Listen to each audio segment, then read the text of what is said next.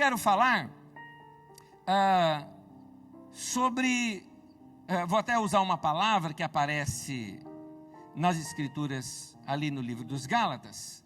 Quero falar sobre os judaizantes de hoje. E vou explicar primeiro, antes de entrar aqui na ministração, o que eu quero dizer com isso.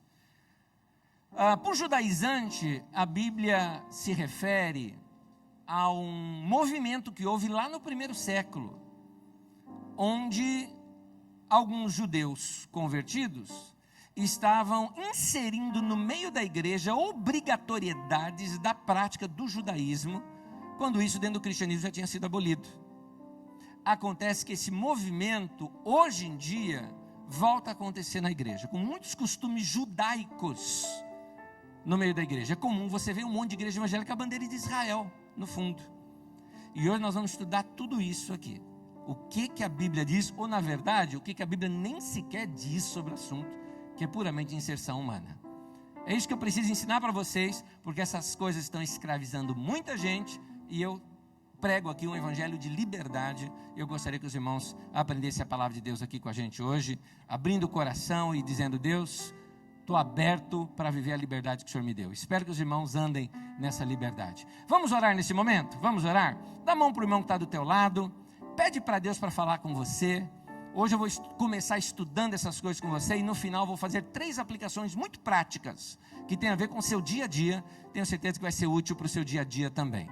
Vamos orar nesse momento? Ora pedindo assim para Deus: Deus, usa esse momento para falar comigo. Isso é só você que pode dizer que você está com o coração aberto para aprender. Então ore a Deus, eu vou me unir em oração com você daqui a alguns segundos.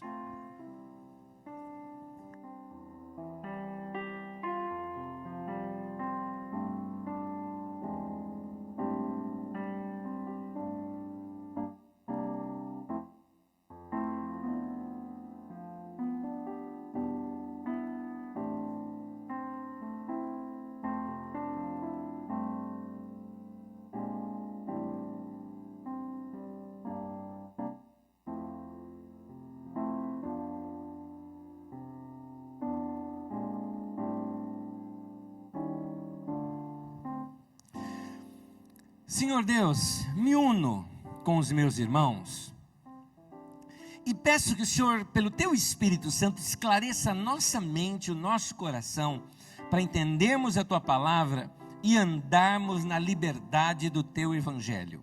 Muito obrigado pela Tua graça, que não tivemos que fazer nada para ser salvos e não precisamos fazer nada para continuar salvos. Obrigado, Senhor. É pura graça do Senhor, é puro amor do Senhor. E nós te somos gratos pelo seu grande amor. Nos ensina a nunca desviarmos dele, Senhor. Em nome de Jesus. Amém. Amém. Tema de hoje: os judaizantes de hoje. Por judaizante eu quero me referir a um grupo de pessoas que é mencionado no início da igreja, onde causaram alguns problemas na proclamação do Evangelho. Explicando para vocês. Muitos judeus se converteram. Alguns deles faziam parte, por exemplo, da seita dos fariseus. Você que leu já as Escrituras, estudou a vida de Jesus, viu quantos embates Jesus teve com os fariseus. Eles eram cheios de regrinhas, cheios de costumes, cheios de podes e não podes, aliás, mais não podes do que podes, não é? E aí começa o Evangelho a se esparramar por todo o Império Romano. Numa região chamada Galácia, mais ou menos no nordeste ou norte da Turquia, um povoado começa a se abrir por Evangelho. Paulo estava ali ministrando com eles, e depois que Paulo saiu de lá, que foi para outros lugares, fica sabendo que um grupo desses judaizantes, que eram esses judaizantes? Gente que se converteu, gostou do cristianismo, gostou da mensagem de Jesus, abriu o coração, mas eles vinham de uma prática rigorosa da lei. Na cabeça deles, alguém tem que ter essas práticas rigorosas da lei, e então quando conhece a graça de Jesus, aleluia, que bom, também agora tenho a salvação. No entanto, eles chegam lá nessa região e vê um povo que não passou os apertos que eles passaram, não é? Na lei, que não tiveram que passar aquela coisa pesada que eles passaram com a lei, e estão salvos iguais a eles. Eles falam: não, peraí, vocês também têm que praticar aquelas coisas que a gente praticava. Dentre as coisas, por exemplo, existia o ritual da circuncisão. O ritual da circuncisão é pegar um bebê recém-nascido no seu 8º dia e cortar o seu prepúcio, aquela pelinha que fica no pipi do nenê. O motivo daquilo, aliás, um motivo muito bonito, você derrama sangue num órgão reprodutor de vida, onde está mostrando uma aliança que você faz de sangue com Deus, não é? Para toda a sua família. Muito interessante a simbologia por trás disso tudo. Mas no cristianismo não precisa ter essa prática, só que eles estavam colocando agora que as pessoas precisavam fazer. Mas entenda bem, fazendo um bebezinho de 8 meses já dá dó, mas também fazendo um cara de 40 anos de idade, aí a coisa começava a pegar. Mas a turma lá da Galácia, assim, não, a gente quer viver o Evangelho. E olha só o que acontecia. O Novo Testamento não estava sendo escrito. Aliás, não tinha nada do que você tem hoje de Novo Testamento. Para você ter uma ideia, o primeiro texto escrito do Novo Testamento foi exatamente a carta de Paulo para esse grupo da Galácia. Quando você lê o Novo Testamento, você pensa assim, né, que foi escrito em ordem, né? Primeiro foi Mateus, depois foi Marcos, depois foi Lucas, depois... Não, queridos. Essa é uma outra ordem, tá? A ordem cronológica em que foi escrito, o primeiro texto do Novo Testamento a ter sido escrito foi o texto da carta de Paulo aos Gálatas, para corrigir exatamente isso. Então, eles não tinham nada em mãos, não tinham orientações apostólicas sobre esse assunto. O que acontecia? Chegavam esses homens, conhecedores da lei, vamos imaginar aqui a cena com rolos debaixo do braço, não é? Não era bem isso, mas vamos supor, né? Ou nas sinagogas ali haviam rolos dos textos do Velho Testamento, abriam lá na Torá e mostravam, olha aqui, ó, olha essa prática, está aqui, ó, olha a ordenança do Senhor. E as pessoas, e falavam, então eu tenho que praticar. E começavam a praticar todas aquelas coisas do judaísmo que eles não precisavam mais praticar. Paulo, então, fica sabendo disso à distância, sem poder estar lá com os irmãos, que estavam em outras cidades resolvendo outros problemas, escreve uma carta para os irmãos. Graças a Deus que isso aconteceu, porque a gente tem essa carta até hoje, para a gente, que é a carta aos Gálatas. E nessa carta aos Gálatas, Paulo combate esse movimento judaizante no meio da igreja. Gente, hoje em dia não é diferente. Existem também alguns movimentos judaizantes nos nossos dias. Aliás, sobre a carta de Paulo aos Gálatas, Paulo chega ao ponto de dizer assim para as pessoas, mas como assim? Quando vocês foram salvos, receberam do Espírito, vocês receberam por quê? Porque vocês creram. Então não foi pela fé? Foi. Não pelas obras da lei, não pela prática da lei, mas foi pela fé. Então, por que agora que vocês já estão salvos, tem o Espírito Santo, vocês estão querendo voltar lá atrás nas coisas rudimentares, daquelas doutrinas rudimentares e praticar aquelas coisas? Então não valeu nada Jesus ter morrido na cruz? Olha só esse texto de Paulo na carta aos Gálatas, no capítulo 2, versículo 21. Paulo diz, eu me recuso a rejeitar a graça de Deus. O que ele está querendo dizer? Eu não fiz nada para ser salvo, eu não precisei praticar a lei para ser salvo. Detalhe, hein? Paulo era fariseu.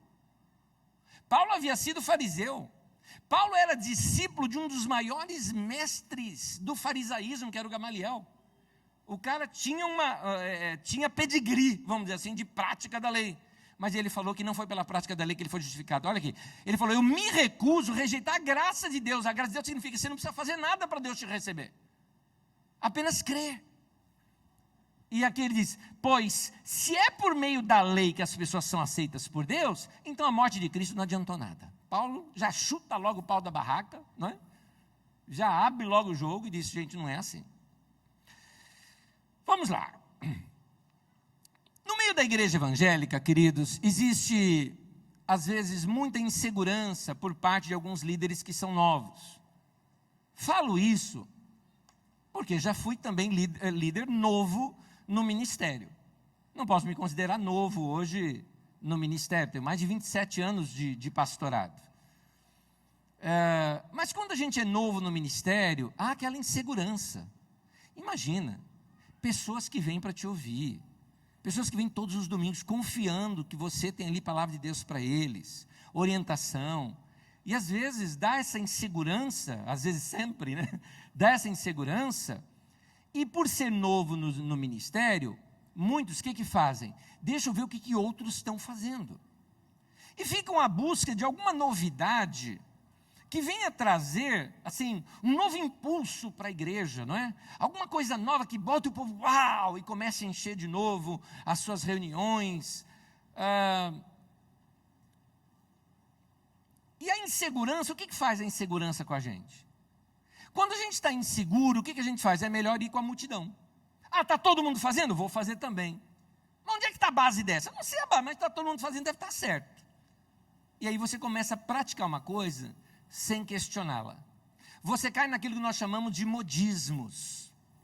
E um desses modismos veio junto com alguns movimentos de crescimento da igreja, como foi o caso do G12, como foi de alguns outros. Vieram esses modismos de trazer junto, no pacote, essas coisas sobre práticas judaicas sendo colocadas novamente no meio da igreja, o que eu chamo de movimento judaizante. Eu não sou contra essas viagens que se faz a Israel. Viagem, entenda bem, uma viagem de cunho cultural. Você fala, Anésio, eu já conheci lá Israel, tudo mais. Eu falo, cara, que legal. Aliás, tem muitos lugares bíblicos, né, que seria legal conhecer para você, lugar que foi assim, cenário de tantos acontecimentos relatados nas Escrituras Sagradas, né? Tão legal deve ser conhecer esses lugares. Roma, Turquia, Grécia, Israel, Egito, não é? Lugares bons, não é? Eu e a minha esposa, por exemplo, um dos lugares que a gente assim, tem muita vontade de conhecer, por que não ali, entre as viagens de Paulo, entre Turquia e Grécia, ilhas gregas, né, querida? O que você acha? Não é? Paulo passou por lá, porque eu quero passar lá também, nem que foi de passagem, assim, né? São lugares lindos, paradisíacos, né? Mas tem muitos lugares para serem conhecidos. Agora, o que eu nunca vejo são viagens, por exemplo, para o Irã, para o Iraque, não é? Eu não vejo viagens assim, embora são lugares bíblicos também. Quando você ouve falar de Babilônia, por exemplo, né, no Iraque, quando você ouve falar de Nínive, Pérsia, é o Irã, não é? Então, tem muitos lugares que vale a pena você conhecer e culturalmente, não é? Deve ser muito especial visitar isso. Mas essa coisa de chamar de Terra Santa, por exemplo, vou falar sobre isso adiante. Está até entre aspas aqui na minha anotação. Terra Santa. Depois a gente fala sobre isso. E aí começam esses negócios nessas viagens de atos proféticos. Comemorar festas judaicas, o Purim, festa dos tabernáculos, o Ano Novo judaico, e mais um monte de coisa judaica. Me permita aqui falar abertamente com vocês, eu sou filho de baiano, então a gente tem que ser assim bem claro. Eu acho isso tudo uma aberração, e é jogar fora a carta de Paulo aos Gálatas.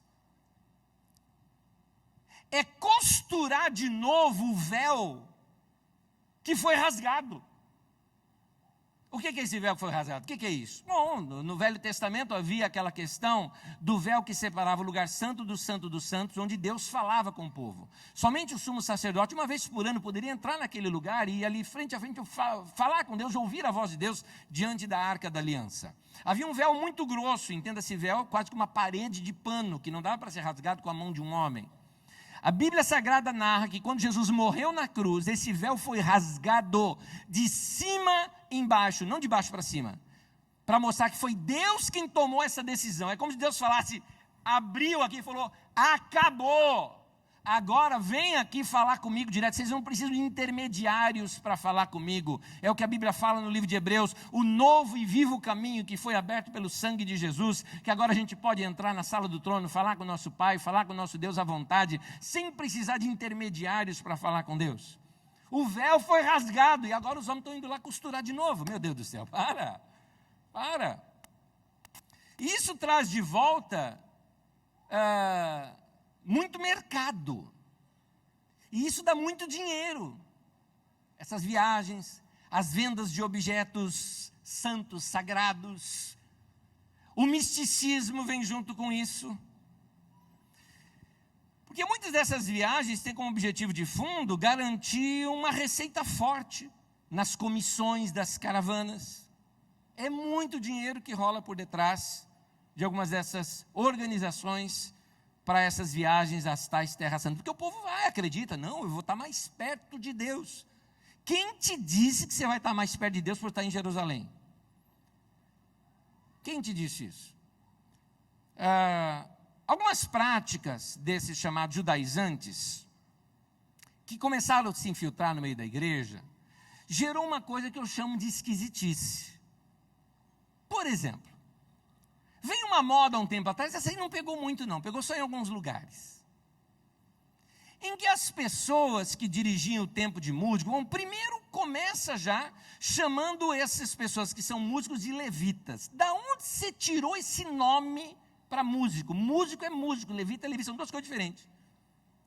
O que é levita? Levita é da tribo de Levi. O que era a tribo de Levi? Era a tribo de sacerdotes, era aquele pessoal que se dedicava integralmente ao sacerdócio.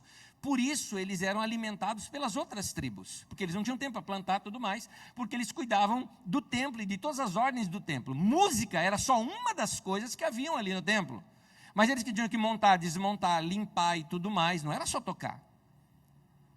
E o levita era o quê? Ora, todo sacerdote era levita, então levita era do serviço ao templo, do serviço sacerdotal. Quando você olha no Novo Testamento, não tem mais um sacerdote, todo mundo é sacerdote. Nesse sentido, todo mundo é levita. O músico que tem essa mania, né? Não, eu sou levita. Aí eu sou paulistano, prazer, né? Você achou que eu era baiano, né? Não, eu sou paulistano, sou filho de baiano. As pessoas então criaram algumas coisas. Uma delas, por exemplo, que eu acho muito estranho isso, mas alguns cultos evangélicos nas últimas décadas começaram a fazer assim. Você ia para o culto e esses, entre aspas, levitas tocavam de costa para o povo, ministrando a Deus. Deus fica ali atrás do telão.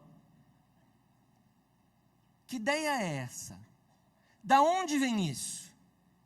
A Igreja Católica praticou isso na Idade Média, quando se ministrava as missas em latim, com o padre voltar de costa com o povo, indo levar o quê? Levar as orações do povo para Deus. Isso é prática do Velho Testamento, não é prática do cristianismo isso.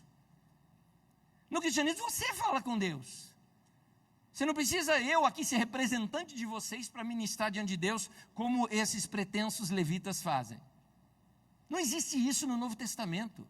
E se a gente voltar lá para o tempo da lei, onde eu não posso falar com Deus, mas eu tenho que vir trazer o meu sacrifício, que significa dinheiro, né? Dar a minha oferta, mas aí o povo vai adorar a Deus e eu vou sair daqui purificado dos meus pecados. Que isso? Onde você viu isso? No Novo Testamento não existe tal coisa no Novo Testamento.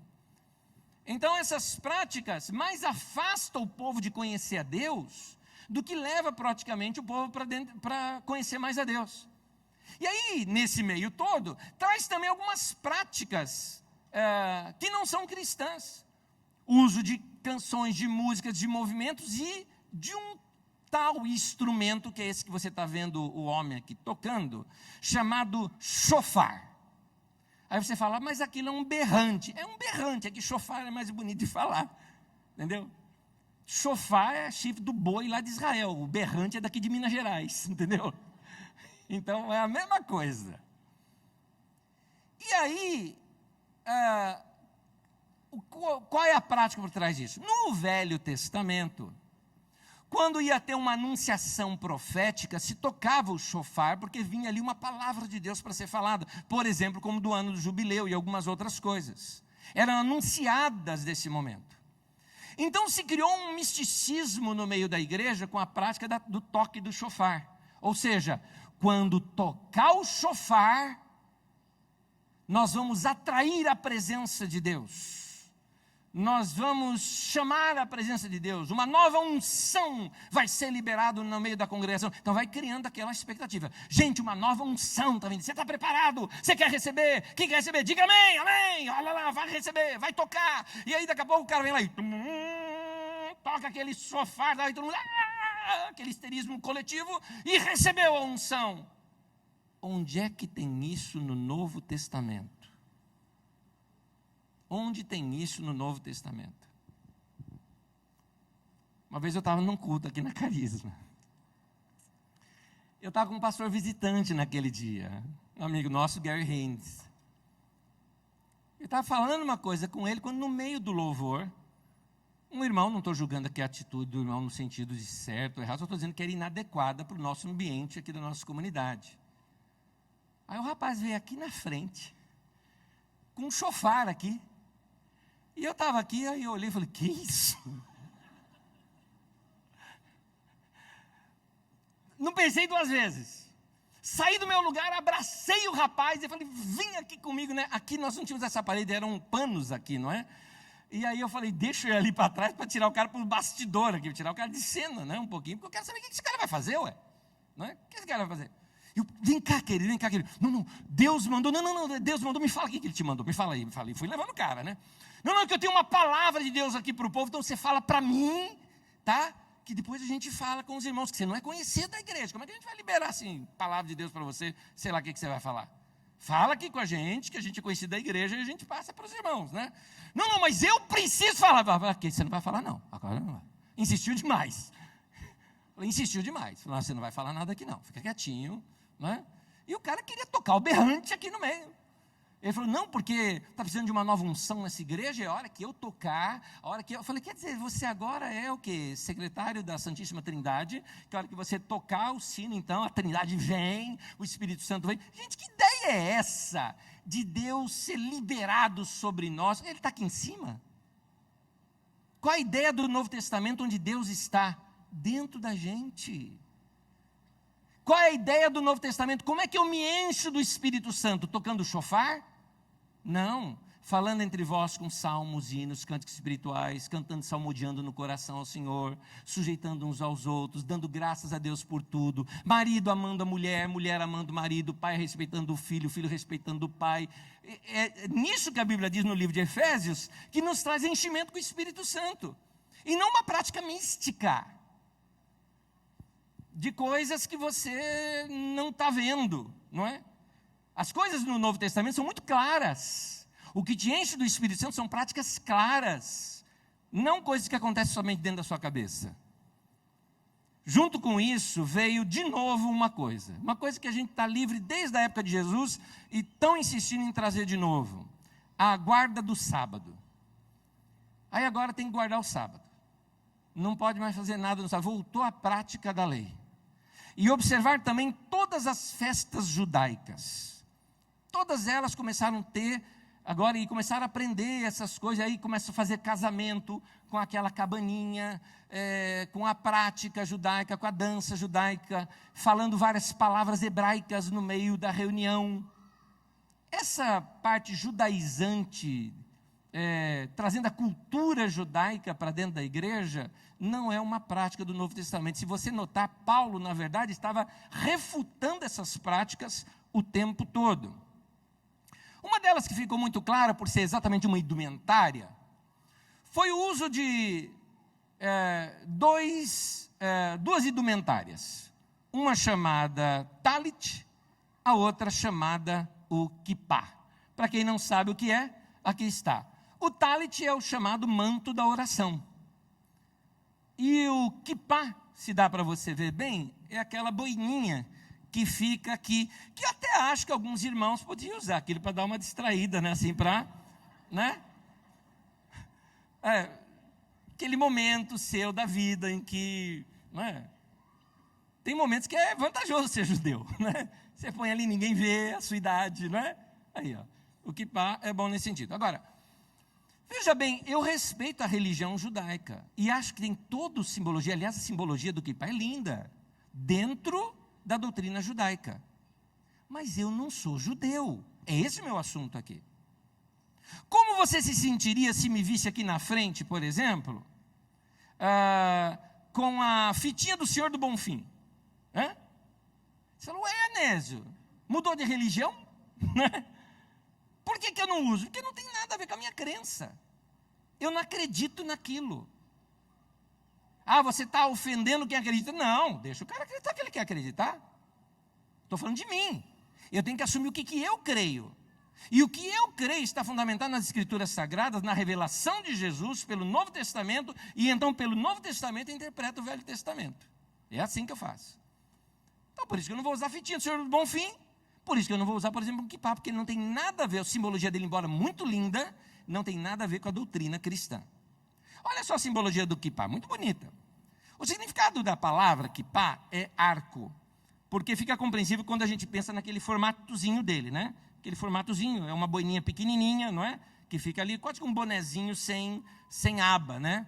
Alguns irmãos, tal, pelo tamanho da cabeça, precisam usar uma pouquinho maior, né? Assim, né? Aquela coisinha maior, assim. E o kippah é um lembrete constante da presença de Deus. Relembra o homem que existe alguém acima dele, que há alguém maior, que o está acompanhando em todos os lugares, e está sempre o protegendo como arco e o guiando. Onde quer que vá, o judeu estará sempre acompanhado por Deus. Essa é uma definição dos judeus mesmo. É costume judaico, desde os primórdios, um homem manter a sua cabeça coberta o tempo todo, demonstrando com isso humildade perante Deus. Bonito isso. É expressamente proibido entrar numa sinagoga, ou mencionar o nome divino, ou recitar uma prece ou bênção, estudar a Torá, ou realizar qualquer ato religioso de cabeça descoberta, sem o kippah. É proibido. Muito bonito. Mas não tem nada a ver com o cristianismo. Por que, Anésio, que não tem nada a ver? Deus está onde? Lá em cima? O que a Bíblia nos ensina de onde Ele habita e onde Ele mora hoje? Será que um cristão precisa usar um kippah para lembrar da presença de Deus? É preciso usar o gorrinho para não esquecer que Deus é soberano e que está acima de todos? Não basta para o verdadeiro cristão o fato de que o próprio Deus habita em nós por meio do seu Espírito Santo? E o questionamento até de Paulo aos Coríntios, quando ele fala: vocês não sabem que vocês são santuário de Deus, e que o Espírito de Deus habita em vocês, dentro de vocês? Deus não está distante de mim. Gente, isso foi exatamente isso que Jesus veio fazer. O judeu se relaciona com Deus que está longe dele, está fora dele, por isso toda essa atitude, e está correta. Era assim mesmo o relacionamento deles com Deus. Mas Jesus vem e fala para os seus discípulos e diz: e viremos nele e faremos nele morada. Deus vai sair dos céus, dos altos céus, Deus não vai ficar mais lá no templo de Jerusalém, Deus vai agora habitar dentro de você. Eu não preciso mais usar kippah. Aliás, Jesus aboliu qualquer uma dessas coisas. Jesus simplificou o relacionamento com Deus, e a gente está querendo complicar de novo. É o que eu estou falando, estão querendo costurar o véu que ele rasgou. Por que nós, cristãos, não precisamos praticar a lei? A lei mosaica, a lei dada a Moisés, quando eu falo da lei mosaica, eu não me refiro só ao decálogo, aos 10 mandamentos. Toda a lei de Moisés. Você já leu? Alguém aqui já leu inteirinho o livro de Levíticos? Pouca gente. Alguém entendeu? Porque é complicadinho, com vários detalhes, é minucioso, não é? Na maneira de você separar a comida, o que você faz. O que é aquilo? Quero lhe dar aqui uma maneira de você entender um pouco melhor as leis e os mandamentos. Nós vamos dividi-los em 3 classes de mandamentos. Você tem os mandamentos morais, os mandamentos civis e os mandamentos cerimoniais. Estão pegando toda a lei de Moisés e dividindo nessas 3 classes: morais, civis e cerimoniais. Os mandamentos morais dizem a respeito ao tratamento para com o próximo. Por exemplo, não matarás, não adulterarás, não furtarás. Essas ordenanças, pensa bem, todas elas, não matar, não cobiçar, não roubar o outro, não falar mal do outro, você resume todas elas na prática do amor. Quando você fala amar, você engloba todas elas. Mandamentos civis. Os mandamentos civis são aqueles que regulamentavam a vida social do israelita. Não se esqueça, era um bando de gente que era escravo no Egito, vai para o deserto, tem que montar cabana, acampamento, vai viver lá por 40 anos, quase 3 milhões de pessoas. Você consegue imaginar uma coisa dessa? 3 cidades de Osasco, mais ou menos, pouco mais do que isso, vivendo em acampamentos, em tendas. A organização que não tinha que ter nisso. Então, essa organização está na Bíblia, em leis. E aí tem regras ali que tem a ver com aquele povo. Por exemplo, tem lei que fala como deve ser o seu comportamento quando você vai defecar. Sabia disso? É verdade. Imagina, naquele acampamento todo, a pessoa faz em qualquer lugar? Não, tem lá a lei. Você vai pegar uma madeira, um pau, um pedaço de pau, vai sair para fora do acampamento, lá no lugar, lá no sambódromo, né? Vai cavar um buraco, faz ali suas necessidades, tampa aquilo e volta. Isso significa que, quando você visse alguém passando com um pedaço de pau na mão, você, deu uma boa hora, né? Aquela coisa. A gente vai praticar isso hoje. Porque as pessoas chegam para mim e falam o seguinte: Anésio, mas está aqui na Bíblia, para a gente guardar o sábado. Está aqui na Bíblia para pegar um pedacinho de pau também. Vai lá e você faz isso? Você faz isso? A gente tem que saber onde é que se encaixam esses mandamentos. Esses daqui, por exemplo, são mandamentos civis. Por exemplo, a guarda do sábado não era para ser um ritual de religião. A guarda do sábado é óbvia. As pessoas eram escravos. Para que não haja mais essa escravatura, a guarda do sábado, na verdade, é uma lei trabalhista. É uma lei trabalhista. Você vai trabalhar 6 dias, o 7º vai descansar. Ninguém vai trabalhar. Senão o povo vira escravo de novo. Eram escravos dos egípcios, vão ficar agora escravos dos seus próprios irmãos. Tinham leis assim. Tem também os mandamentos cerimoniais. São aqueles que se referem estritamente às questões religiosas.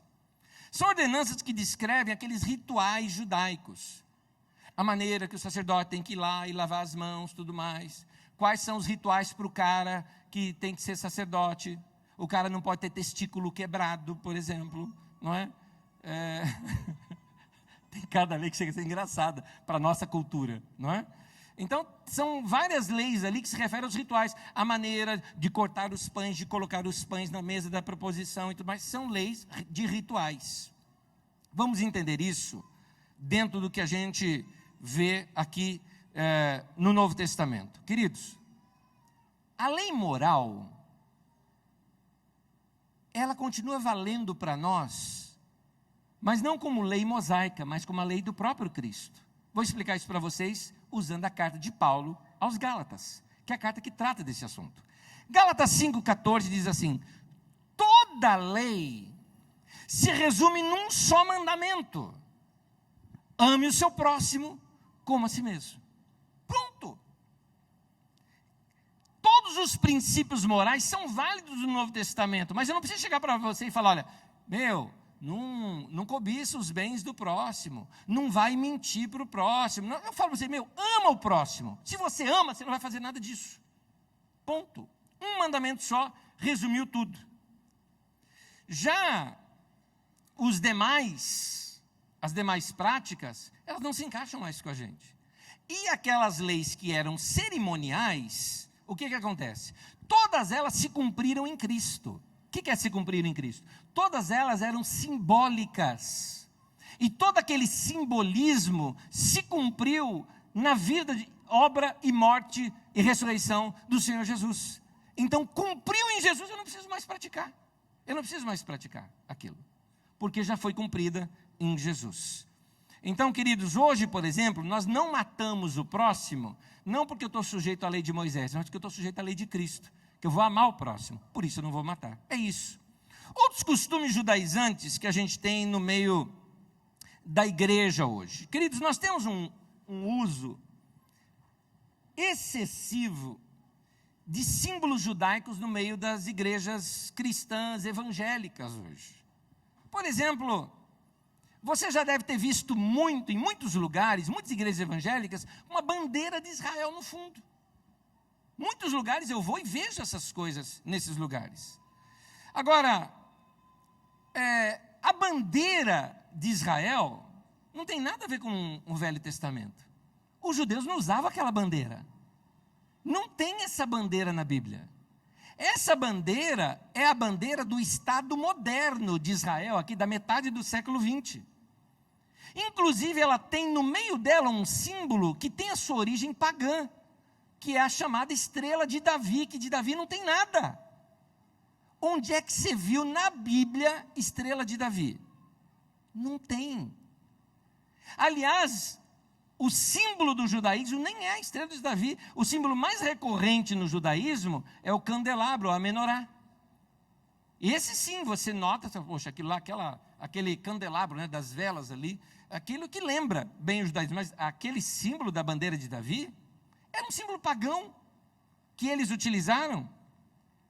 Agora imagina, gente, eu acho um absurdo achar que colocando uma bandeira do moderno Estado de Israel nas nossas igrejas, nós vamos estar louvando a Deus. Na verdade, eu poderia até olhar isso como uma blasfêmia. Por que a gente vai estar louvando e adorando um povo que rejeitou Jesus? Não estou entendendo isso. Por que eu vou estar exaltando aquela parte política, porque uma bandeira é política, de um Estado político, e um Estado político que nos nossos dias tem sido opressor dos seus vizinhos? Por que eu vou apoiar um negócio desse? Agora imagina nós ainda que estamos aqui em São Paulo, que temos comunidades árabes em São Paulo, temos comunidades palestinas aqui em São Paulo. Você imagina um palestino pega e vem visitar uma das nossas reuniões, aí vê bandeira de Israel, vê a gente se vestir com o negócio de Israel, e aí daqui a pouco um dos cânticos conta assim, vou perseguir os inimigos e vou destruí-los. Pronto, o cara vem na próxima reunião com uma homem-bomba. Falou, opa, é guerra. É aqui o quartel-general dos caras. Gente, mas por que fizeram isso? Porque nunca perguntaram. Viram um fazendo, viram outro fazendo, é moda, vão fazer também. Danças judaicas inseridas no culto cristão, gente buscando ligações genealógicas para dizerem que são descendentes de judeu. Eu nunca vi tanto descendente de judeu na minha vida. Tem mais descendente de judeu hoje, que nessas pretensas árvores genealógicas, do que chinês no mundo, meu Deus do céu. Eu me lembro anos atrás, quando um homem chegou para mim e falou o seguinte, escuta, o sobrenome do seu pai não era Rocha? Eu falei, sim. Você sabia que Rocha é um dos nomes que foram usados pelos judeus quando vieram aqui para o Brasil, fugindo inclusive da guerra? Pois é, meu caro, então você é descendente de judeu. Eu falei, não, meu pai era baiano, sou descendente de baiano. Com muita honra. Com muita honra. Então, essa pretensa ligação, como se isso fizesse de nós algo maior do que os outros.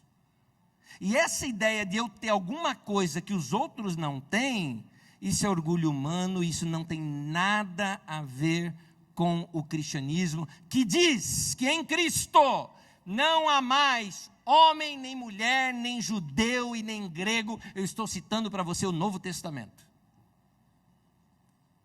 Eu quero ler para vocês um trechinho de um texto do pastor Isaltino Gomes, um irmão que faleceu nesse ano. Aliás, o seu enterro foi um dia antes do meu aniversário. Meu aniversário é 3 de outubro, tá? Anota aí para você não esquecer.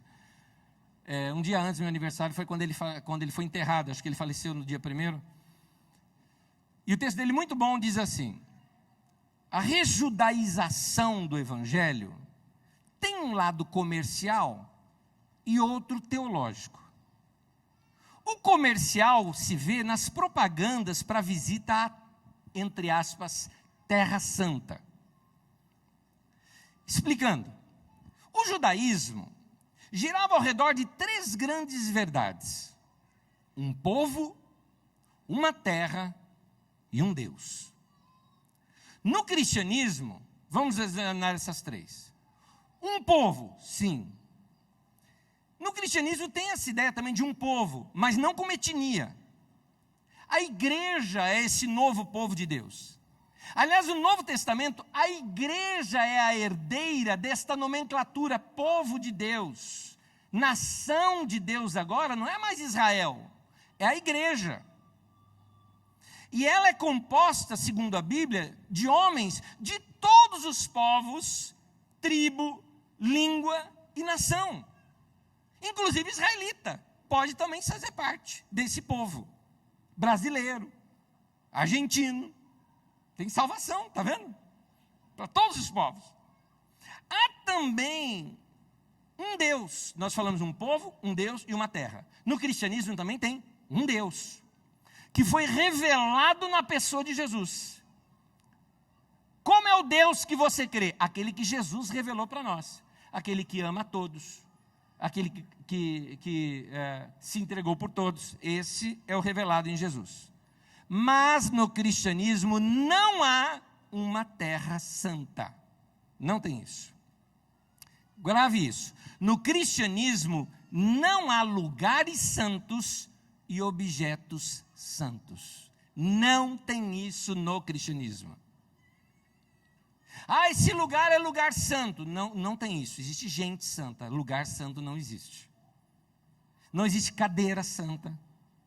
Não existe altar santo. Aliás, essa ideia de chamar o palco de altar não é do Novo Testamento. Não é do Novo Testamento. Muito menos ainda dizer que aqui o altar é santo. Porque santo no cristianismo são gente, nunca são coisas. Aqui é um salão, que pode ser demolido e ser construído outra coisa no lugar. Não existe lugares santos no cristianismo.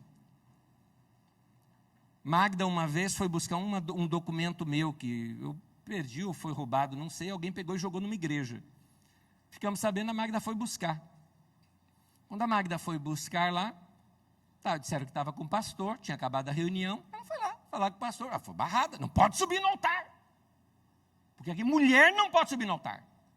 O altar agora, além de santo, era machista.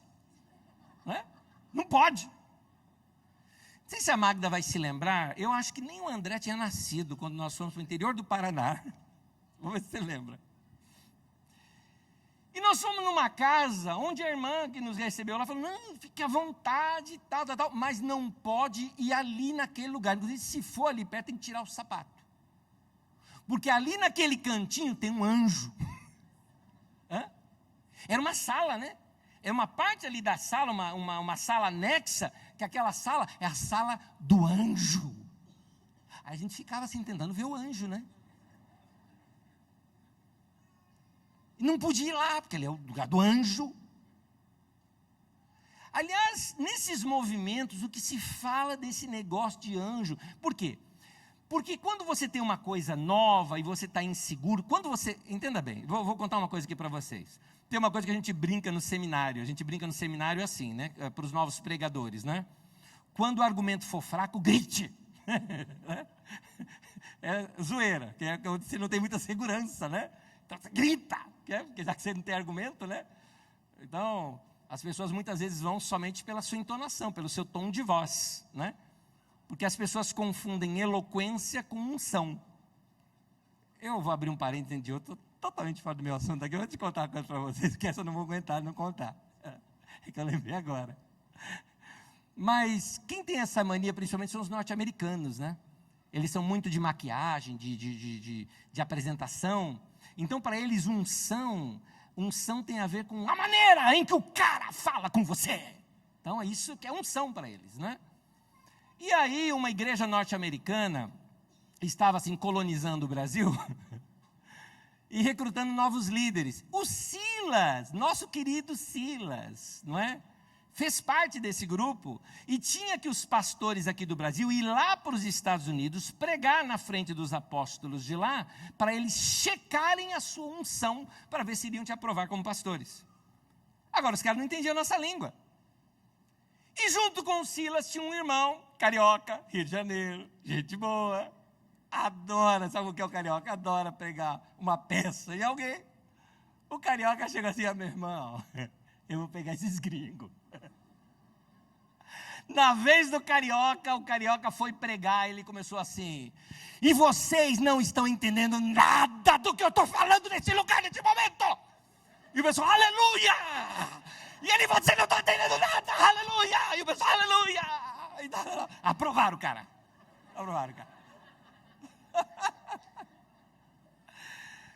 As pessoas precisam, às vezes, de alguma coisa assim, aparentemente sobrenatural, para dar apoio às suas doutrinas. Então, nesses meios, tem muito assim, o povo está vendo e estão vendo anjo.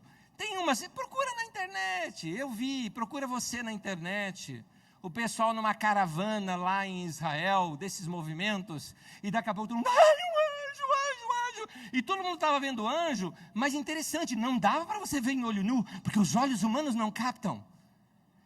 O ônibus tinha uma câmera, e essa câmera que vigiava o trânsito ali ao redor do ônibus, tinha um monitor dentro. E as pessoas estavam vendo uma bola de fogo, acompanhando exatamente o ônibus deles. Gente, o pessoal estava numa frenesi. Ali por causa daquela bola de fogo ao redor dele. Anjo, aquela coisa toda. E filmaram. Um irmãozinho, muito assim.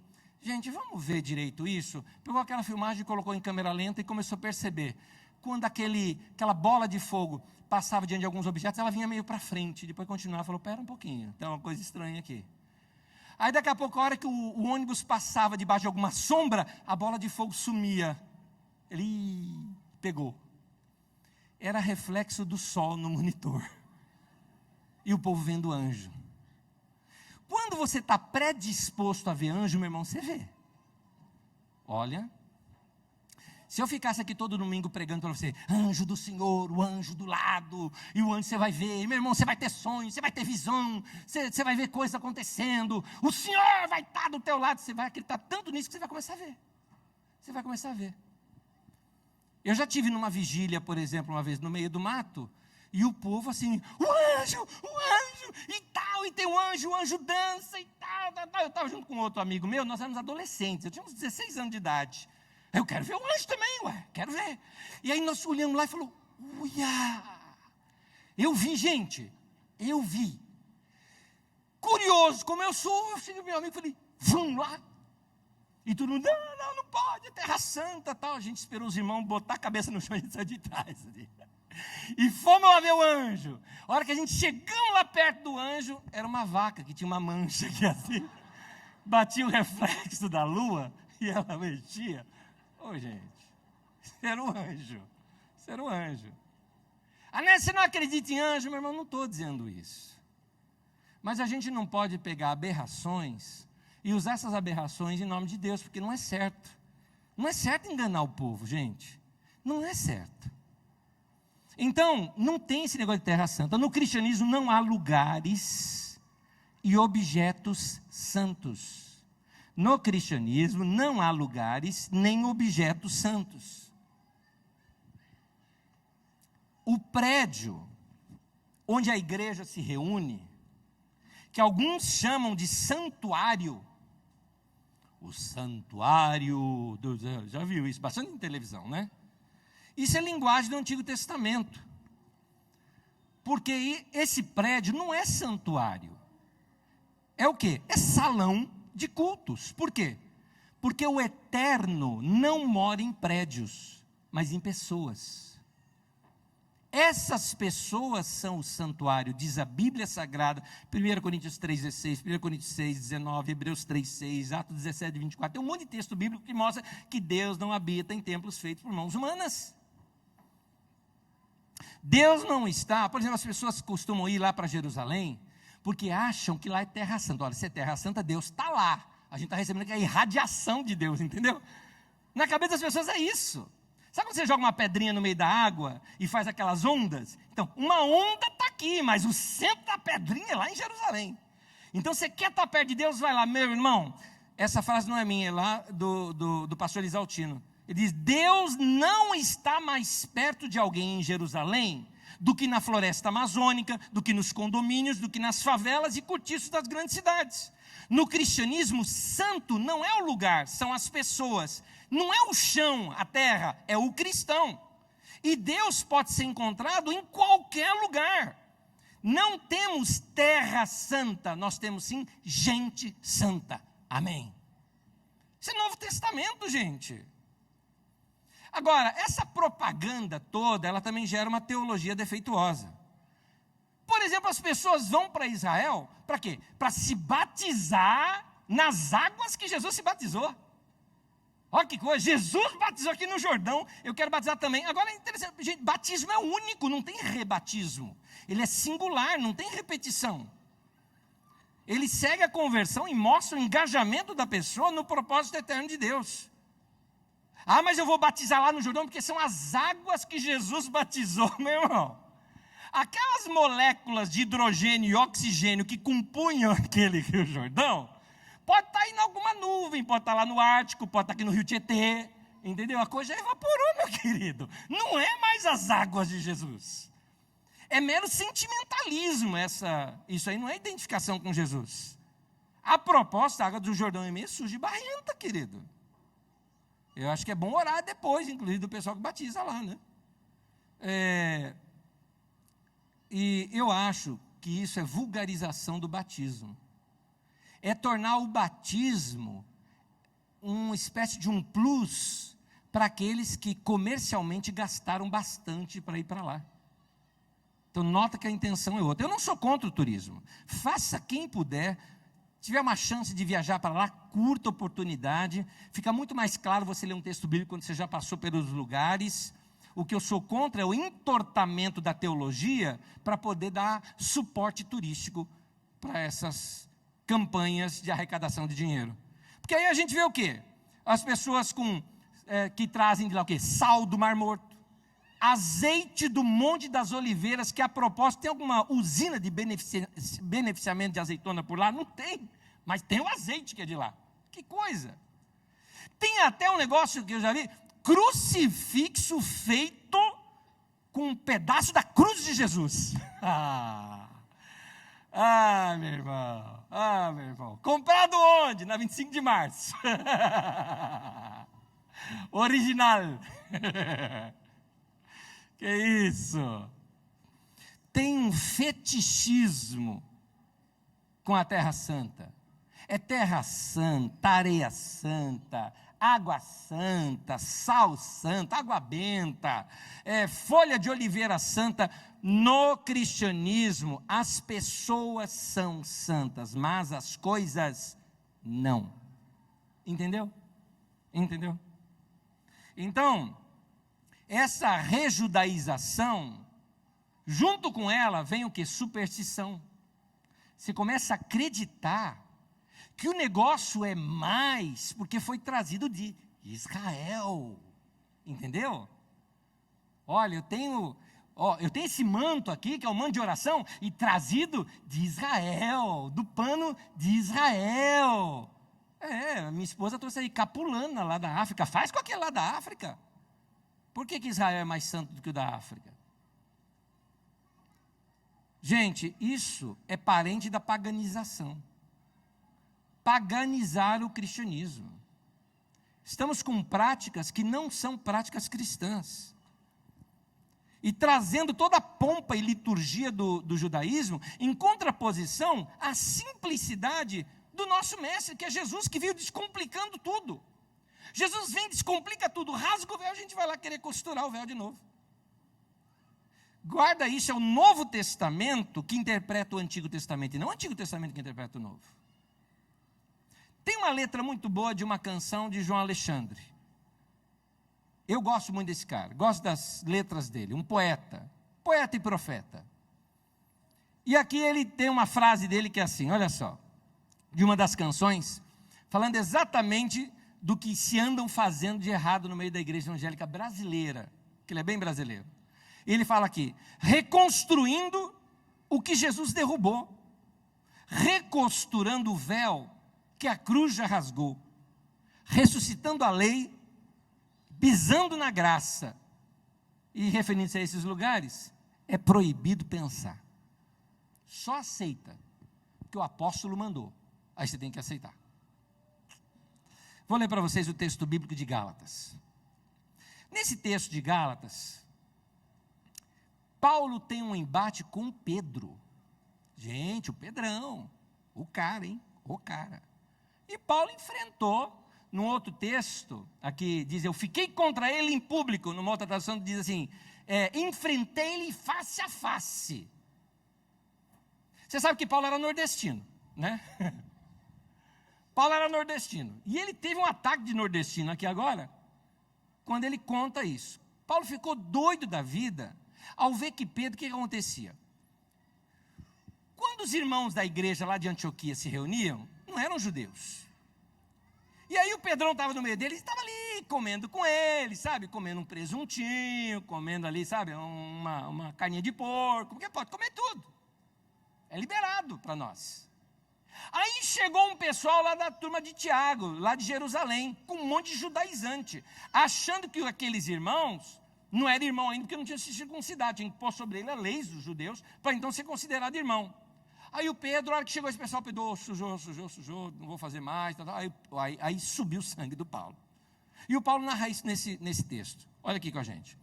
Porém, quando Pedro veio a Antioquia da Síria, eu fiquei contra ele em público, porque ele estava completamente errado.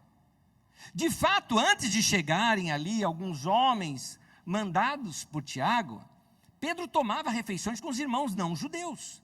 Mas depois que aqueles homens chegaram, ele não queria mais tomar refeições com os não judeus, porque tinha medo dos que eram a favor de circuncidar os não judeus.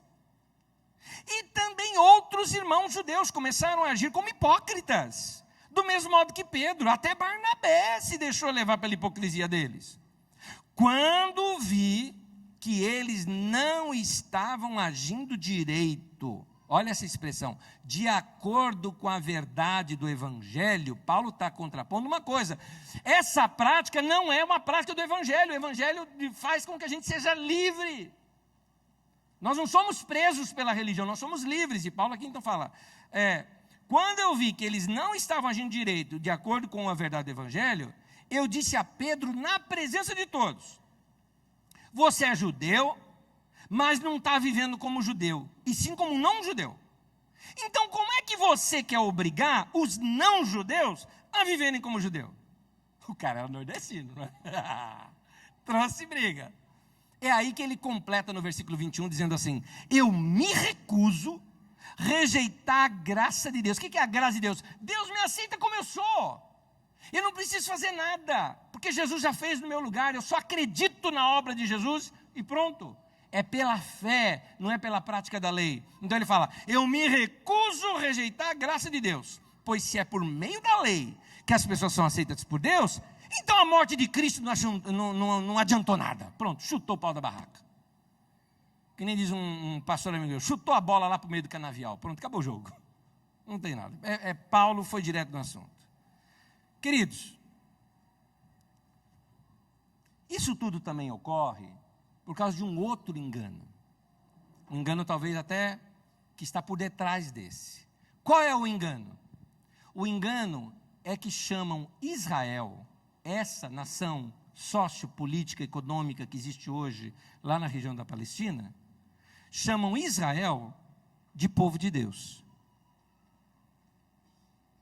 Vamos ver o que a Bíblia diz no Novo Testamento? E dessa vez eu vou usar as palavras aqui de Pedro. 1 Pedro, no capítulo 2, no versículo 9 ao 17, olha o que Pedro, escrevendo para a igreja, ele diz, vocês, que ele está escrevendo para a igreja, porém, são geração eleita, sacerdócio real, nação santa. Quem é a nação santa de Deus? A igreja. Povo exclusivo de Deus. Continuando o texto. Para anunciar as grandezas daquele que os chamou das trevas para a sua maravilhosa luz. Antes, vocês nem sequer eram povo, mas agora são povo de Deus.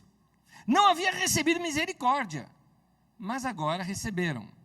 Amados, continua Pedro, insisto que como estrangeiros e peregrinos no mundo, mostra, a igreja não tem nação. Nós somos uma árvore que a raiz está no céu e a gente cresce para a terra, é isso. Então a gente está espalhado na terra, nós estamos aqui no Brasil.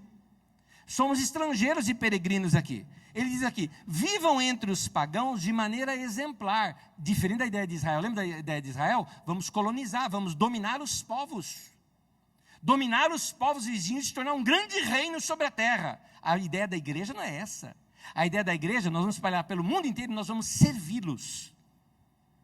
Observem as boas obras que vocês praticam e glorifiquem a Deus, pois é da vontade de Deus que, praticando o bem, vocês silenciem a ignorância dos insensatos.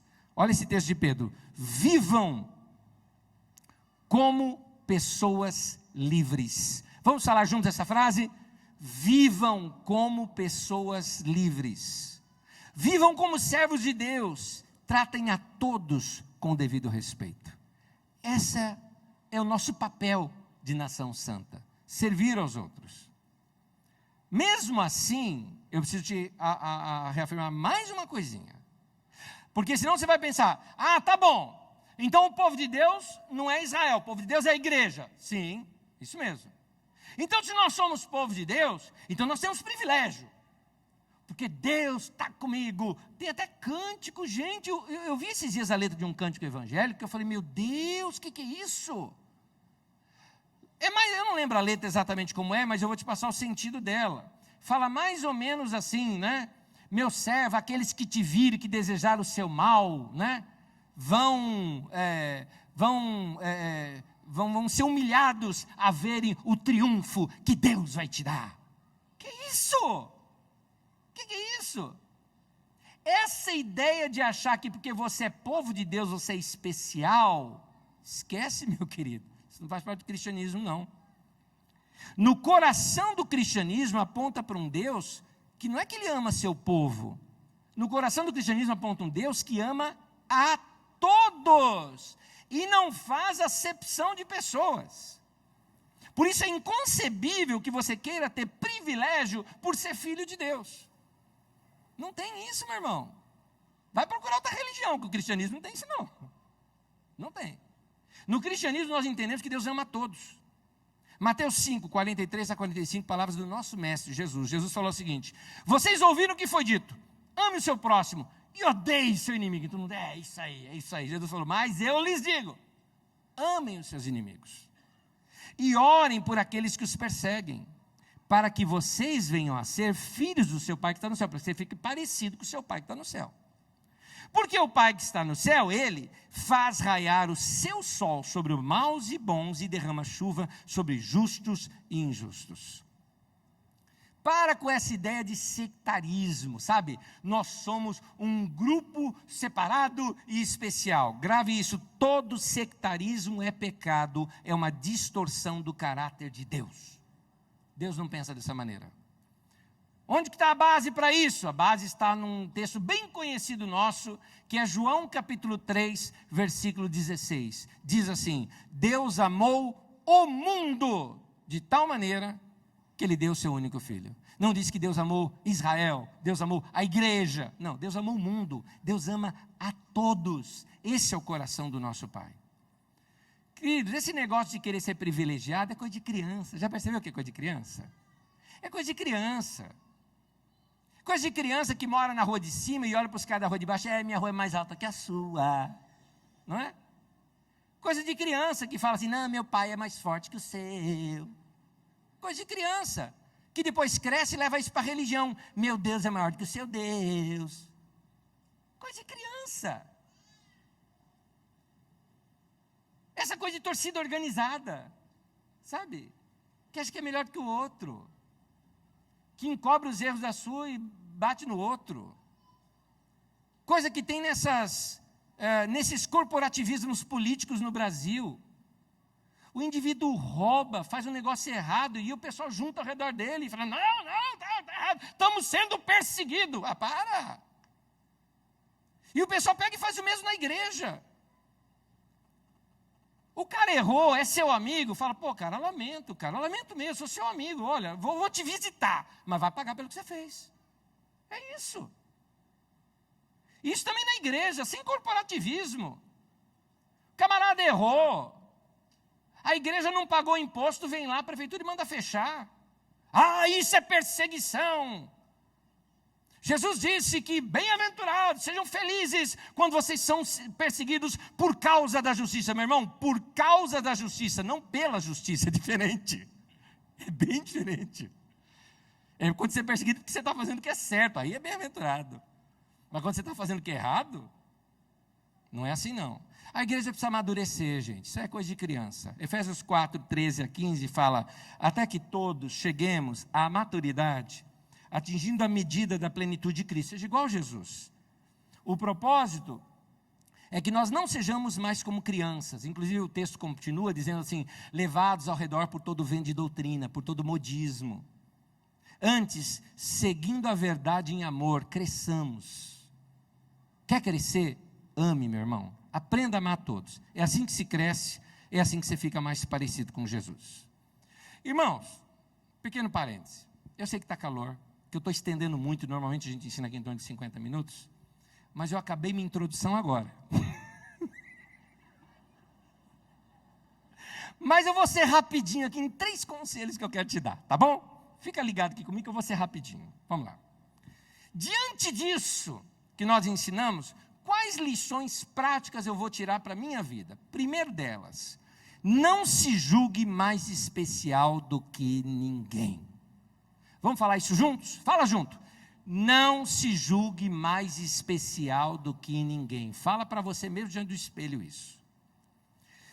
Por exemplo, diante dos meus irmãos, querido, não queira ser melhor do que os outros no meio da igreja. Na igreja todo mundo é igual, gente.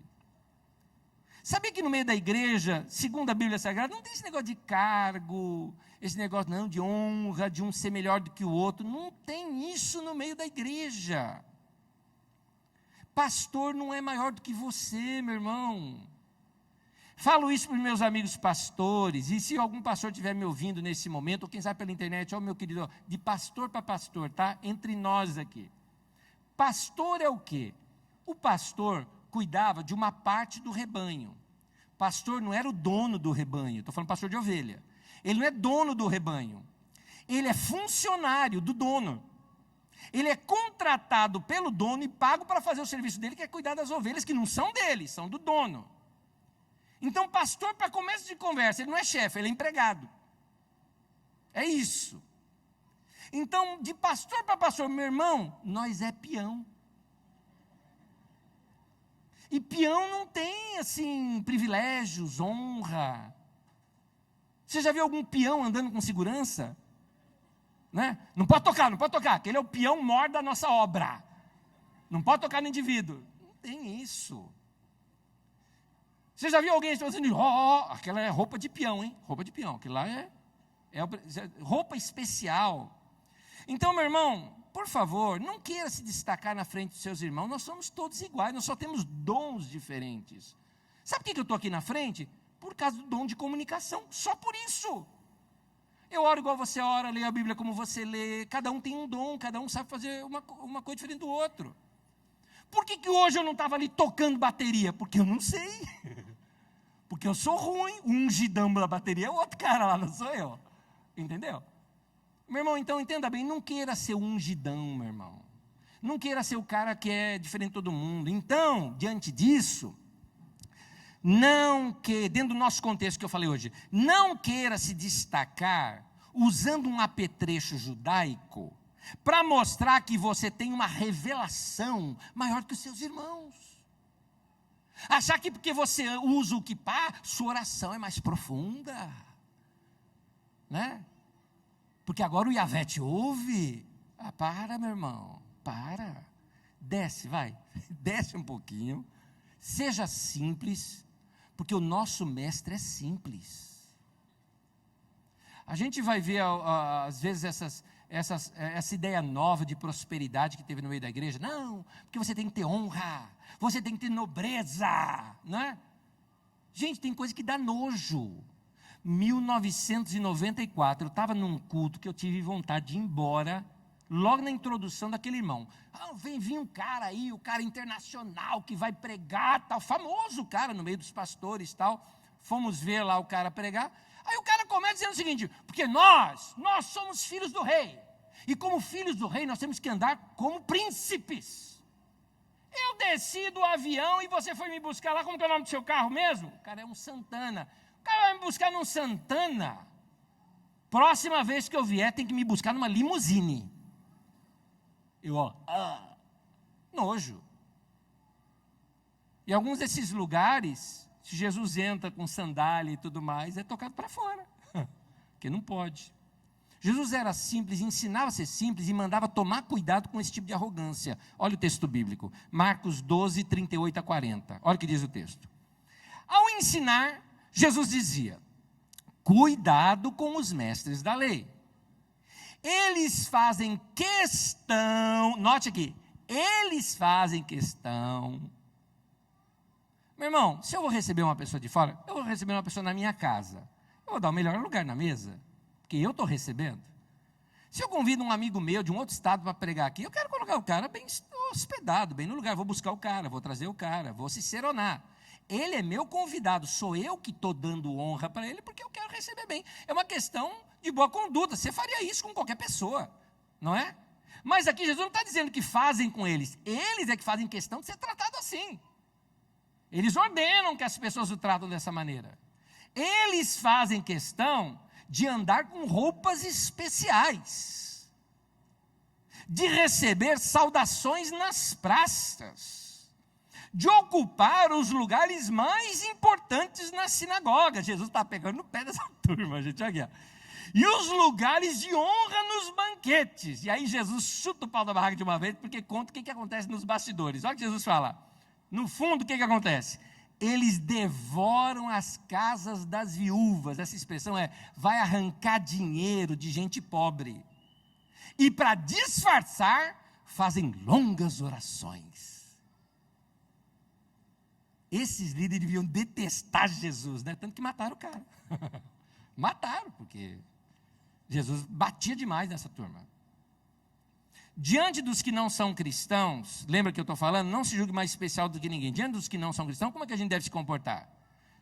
Eu vou para o céu, você vai para o inferno. É assim? Eu sou filho de Deus. O que a Bíblia nos ensina? Seja servo de todos. Faça boas ações, boas obras, não importe a quem. Seja gente boa. Eu vou fazer uma proposta aqui para vocês. Tem uma bebezinha aqui.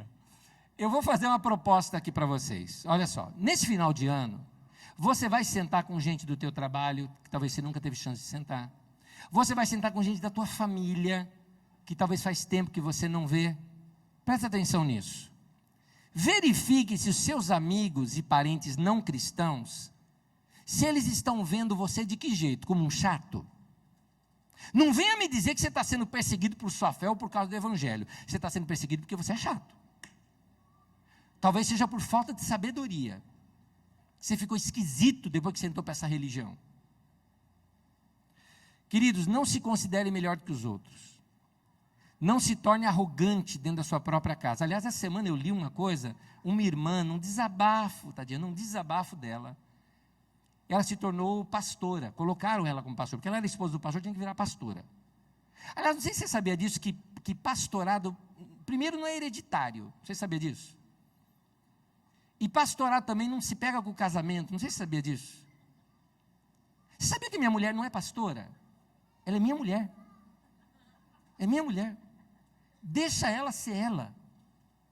Tem gente que às vezes chega assim para a Magda e fala, ai, minha bispa. Você não quer pegar uma inimizade, chama ela disso. Deixa ela ser ela. E essa coitadinha da irmã que escreveu, ela conta o seguinte, que ela então foi colocada como pastora, porque o marido dela era pastor. Aí ela aprendeu os macetes da religião, e se tornou autoritária, e ela se tornou aquelas mandona. Tão mandona que aí ela conta a dor dela. A dor dela foi que a mãe dela não conseguia mais ter relacionamento de mãe e filha com ela, temendo a autoridade dela de pastora. Não conseguia mais fazer essa separação. Ah, gente, para com isso. Ah, mas nós, pastores, somos especiais. Especial nada, meu irmão. Vai ler a Bíblia. E apóstolo, então? Paulo fala que apóstolo é escória, é o último. É isso que Paulo fala. No cristianismo você cresce para baixo. Quem quiser ser o primeiro tem que ser o servo. O maior é o que mais serve. É o contrário. Foi Jesus que ensinou. Não pensa assim, não, nós estamos indo para o céu e vamos chamar esses reles pecadores a conhecer o caminho da salvação. Para. A melhor definição que deu sobre evangelismo foi Billy Graham. Billy Graham, grande pregador, ele disse o seguinte, evangelizar é o mesmo que um mendigo mostrando para o outro mendigo onde encontrar comida. Pronto, está resolvido. É isso, gente. É isso. Segundo, deixa eu correr porque já deu meu horário. Segundo, viva uma vida sagrada. Acho que eu devia ter colocado aqui a palavra santa. Viva uma vida santa, uma vida sagrada. É que quando eu coloco viva uma vida santa, você está pensando, é para não pecar. Não, eu estou querendo mostrar a ideia que não existe no cristianismo a ideia de sagrado e secular. Porque isso é coisa da religião. Na religião, o ritual, então, tem as coisas sagradas. A vida religiosa, ela tem seus paramentos, não é? É o sagrado. Então, por exemplo, domingo, você tem a roupa de ver Deus, né? Você usa para o domingo, eu vou para a igreja, vou para o santuário, ver Deus. Aí então você tem a roupa, você tem aquelas indumentárias próprias. Mas no dia a dia, não, no dia a dia você põe tênis, calça jeans, beleza, e vai ver seus amigos e fala até diferente. Até o português você muda. Tem o português sagrado, evangélico, né? E o português secular, que você fala com seus amigos. Você chega no trabalho e fala, e aí meu, beleza? Certo, mano? Beleza, é isso aí, é nós, né? Aí você chega no meio da igreja, e aí varão de fogo, aleluias, na vitória, oh glória a Deus, Xalamaia, né?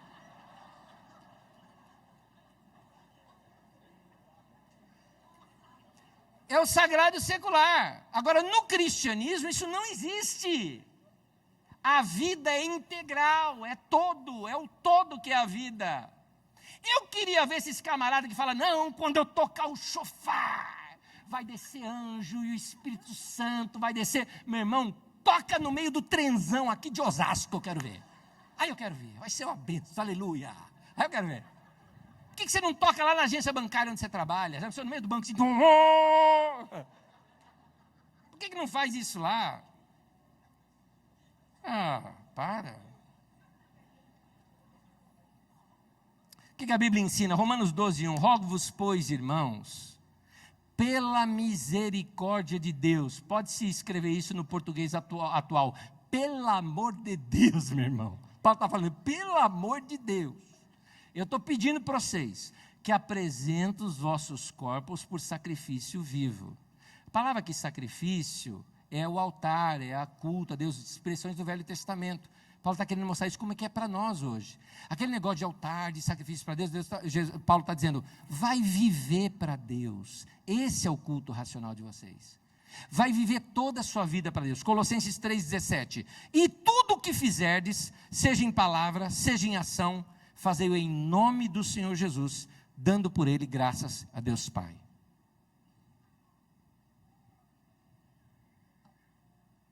O que significa fazer tudo em nome do Senhor Jesus? Fazer para Deus. Tudo que você fizer, faz para Deus. Vamos comer pizza? Vamos comer para a glória de Deus, aleluia. Oh, uma bênção, que lá não é? Enche a gente, não é? Não é gostoso? Entendeu? Um churrascão enche a gente, não é gostoso? Para a glória de Deus. Tudo é para a glória de Deus. Um irmão chegou para mim e me perguntou, Anésio, eu tenho que dar o dízimo? Eu falei, não, você tem que dar tudo. O cara ficou olhando assim para mim, né? Eu falei, é tudo. No cristianismo, tudo é de Deus. Agora, de Deus não significa da igreja. Eu não falei dar tudo para a igreja, eu falei dar tudo para Deus. Então, aquele dinheiro que você vai comprar uma pizza, você vai estar dando para Deus, para a glória de Deus, entendeu? Você vai comer para a glória de Deus, você vai investir na tua família para a glória de Deus. Nosso conceito é que toda a nossa vida é de Deus. Esse é o nosso culto para Deus. Vou dar um exemplo aqui no Velho Testamento que é muito interessante. Gênesis 5, 22. Depois que gerou Matusalém, Enoque andou com Deus 300 anos e gerou outros filhos e filhas. Nós vemos aqui na vida de Enoque que não há uma incompatibilidade entre a vida de comunhão íntima com Deus e uma vida normal. Esse texto é do Rui Luiz. Não há uma incompatibilidade entre uma vida normal, uma vida com Deus e uma vida normal, uma vida de família, na qual se geram e educam filhos e filhos. Enoque não deixou sua família para desenvolver esse relacionamento com Deus. Ao contrário, foi no meio de uma vida normal, na qual ele gerou e educou seus filhos, que ele andou com Deus. Percebeu? Então, meu irmão, andar com Deus não é fazer as 7 vigílias poderosas dos 455 pastores, não é isso. Andar com Deus, de acordo com Enoque, é gerar filho, filha, é conversa dentro de casa, é relacionamento, é educação, é tempo nosso em família. Isso é andar com Deus. Você percebe que andar com Deus é uma coisa integral. Não é só de domingo, domingo também. Domingo é o nosso culto congregacional, onde essas pessoas que já cultuam a Deus e que andam com Deus no seu dia a dia, agora se reúnem para cantarem juntas para Deus. Efésios 5, de 15 a 18, explica isso. E a continuação do texto também. Tenham cuidado com a maneira como vocês vivem. Ou seja, preste atenção na sua maneira de ver, porque é ali que você cultua Deus. Não seja como insensatos, mas como sábios, aproveitando ao máximo cada oportunidade, porque os dias são maus. Portanto, não sejam insensatos, mas procure conhecer qual é a vontade do Senhor. E aí ele vai dizer qual é a vontade do Senhor. Não se embriaguem com vinho, que leva à libertinagem, mas deixem-se encher pelo Espírito. E aí o texto continua. Sabe o que o texto continua? Primeira coisa que esse texto continua dizendo, aí você vê em casa depois, que eu não tenho aqui nas telas. Primeira coisa que ele fala, como é que eu me encho do Espírito? Falando entre vós com salmos, hinos, cantando e salmodiando a Deus nos vossos corações. Isso enche a gente do Espírito Santo. A propósito, lembra da lição de casa de domingo passado? Qual que era? Fazer um salmo para Deus. Você fez o seu nessa semana? Gente, olha, de domingo para segunda ou na segunda-feira, a Magda deve se lembrar desse e-mail que eu passei. Um irmão daqui da Carisma me escreveu um e-mail tão lindo, doloroso, mas lindo. Ele falou: Anésio, ouvi a mensagem, vou escrever meu salmo para Deus. Nesse momento eu estou do lado da minha mãe no hospital, ela está entubada. Mas eu quero fazer um salmo para Deus. E eu vou mostrar para você o que eu fiz. E ele mostrou o salmo. Um salmo de confiança em Deus no meio da tribulação. Lindo, gente, lindo, maravilhoso. Amei o que aquele irmão escreveu. Final da semana agora, um outro e-mail dele. Minha mãe está em casa e ela está muito bem. Que coisa linda. Que coisa linda. Alguém que experimentou a Deus no sofrimento, agora tem que fazer um outro salmo. O salmo agora da alegria. Queridos, Paulo nos ensina nesse texto adiante, como é que a gente se enche do Espírito. Fala, por exemplo, mulher, seja submissa ao seu marido. O que é isso que ele está dizendo? Evita briga. Eu não tenho tempo para abrir aqui o parênteses para te explicar o que é isso. Não está falando para você ser capacho do marido. Mas sabe aquele negócio, evita discussão, dê um entrave, deixa prevalecer a ideia dele, mas não briga. Não briga. Porque no mesmo texto também fala, marido, ame a sua mulher e satisfaça a sua mulher. Quando você satisfaz a sua mulher, não tem briga. Mulheres, aprendam que às vezes ceder é melhor. Homens, aprendam que amar e se doar e fazer a vontade do outro é o melhor. Olha que coisa linda no casamento. O que Paulo está ensinando? Em outras palavras, Paulo está ensinando o seguinte: mulher, dê razão ao teu marido e faça a vontade dele. Aí ele chega para o marido e falou: marido, dê razão à tua mulher e faça a vontade dela. Olha que coisa legal. O casal vive bem. Mulheres, vocês não conhecem a história original da criação? Deus fez a mulher, e da mulher ele tirou uma parte e fez o homem. E aí ele chegou para a mulher e disse o seguinte: olha, eu vou fazer o homem para você, só que tem que fazer um acordo aqui entre nós. Deixa ele acreditar que ele foi feito primeiro. Não é? Ela aceita e fica tudo bem. Não é? Então, Paulo continua dizendo que o nosso relacionamento com os filhos, nosso relacionamento com os pais, é isso que mostra que a gente se enche do Espírito Santo. É por isso que nas cartas do Novo Testamento tem tantos detalhes sobre coisas práticas da nossa vida. Porque a nossa adoração, nossa comunhão, nosso culto, ele acontece no meio da vida cotidiana. Não tem uma dimensão religiosa para nós, fora da experiência diária. A nossa vida é sagrada. É isso que eu quis dizer no ponto. Terceiro e último. Viva uma vida livre. Eu queria que você repetisse isso comigo com confiança. Fala em voz alta. Viva uma vida livre. Meu irmão, por favor, querido, por favor, que nem diz Paulo, pelo amor de Deus, pela misericórdia de Deus, eu rogo a você, não seja mais escravo da religião. Por favor. Por favor. Não permita que ninguém, seja com título de pastor, estou falando de mim aqui, de pastor, de presbítero, de apóstolo, de bispo, de cardeal, de patriarca, que agora tem, até isso tem. Não deixa ninguém meter o dedo na tua vida e dizer o que é que você tem que fazer. A Bíblia não diz que quem é guiado pelo seu discipulador, a Bíblia diz que quem é guiado pelo Espírito Santo de Deus é que é filho de Deus. Seja guiado pelo Espírito Santo.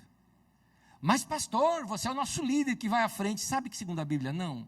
Segundo a Bíblia diz assim, ouvirás uma voz atrás de você dizendo, esse é o caminho, anda por ele. Pastores são assim, falam, gente, o caminho bom é ali, hein? Segue lá, vai lá que é bom. É assim. Nós não somos aquele que chega assim, fala porque eu estou mandando, não é?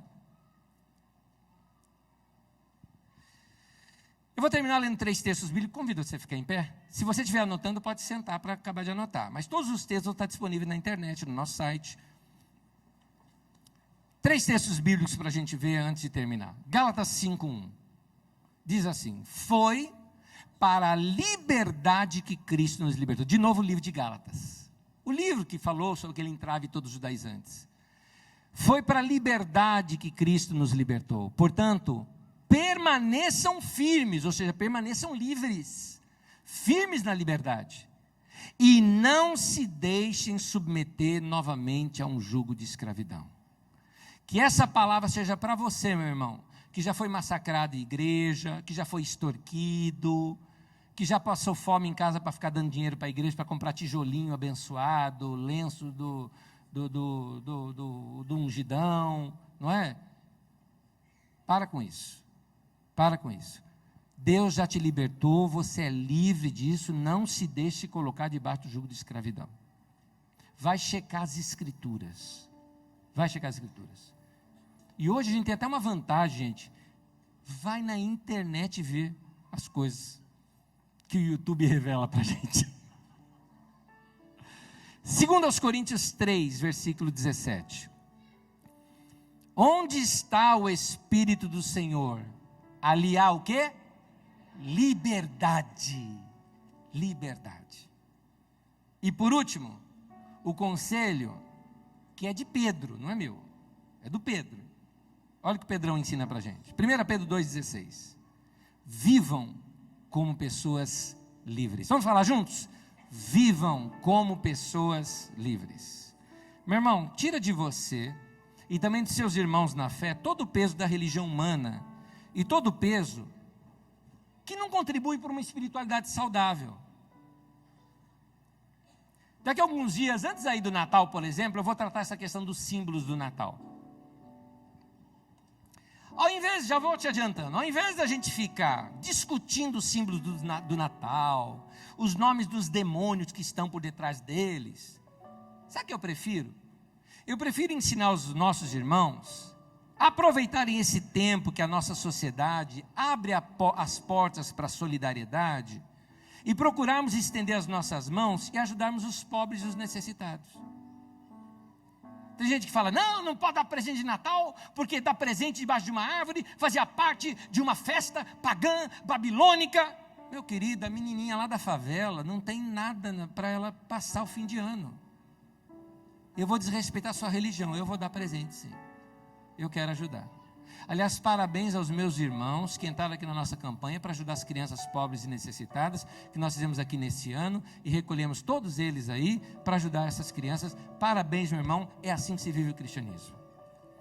Então, ao invés de você ficar com coisa, não, esse negócio de Papai Noel, não pode, Papai Noel foi criado, foi pela Coca-Cola, você não vê que ele é gordo de tanto tomar Coca-Cola, e que ele é vermelho? Você sabe que é verdade que foi mesmo? Você sabia que essa indumentária do Papai Noel da Coca-Cola? É verdade. É verdade, mas gente, você já viu uma criancinha quando vê um Papai Noel? Você já viu? Que tal você ler o Pequeno Príncipe e voltar a ser criança? Acho que você está muito adulto, meu irmão. Desculpa contar essa, já estou aqui com você em pé, mas vou te contar essa. Eu desci do carro num shopping, né? Eu estava no estacionamento do shopping. Abri a porta do carro, desci, com quem que eu encontro? Papai Noel. Descendo apertadinho de um Celtinha, assim, ele mal conseguia sair do céu. Eu olhei para ele assim, minhas primeiras palavras foi ho, ho, ho. Aí nós fomos juntos para o elevador, eu falei, ué, Papai Noel antigamente vinha de rena, esse vem de elevador. É que tirar foto com o Papai Noel, olha que gostoso, gostoso. Gente, ao invés da gente ficar enxergando demônio atrás de árvore de Natal, eu te recomendo o seguinte: vamos reunir com as famílias, vamos reatar os laços, vamos colocar as conversas em dia, vamos vencer a tirania da correria do ano e ter um tempo gostoso com as pessoas, parar de ser esse bando de gente esquisita, sectária, que separa de todo mundo, e ser mais gente boa, comer junto com a turma como Paulo estava fazendo, e não ficar com frescura como o Pedrão fez, não é? E vamos ensinar a viver essa vida maravilhosa que Deus deu, e andar debaixo da graça de Deus, que é a liberdade. Amém, queridos?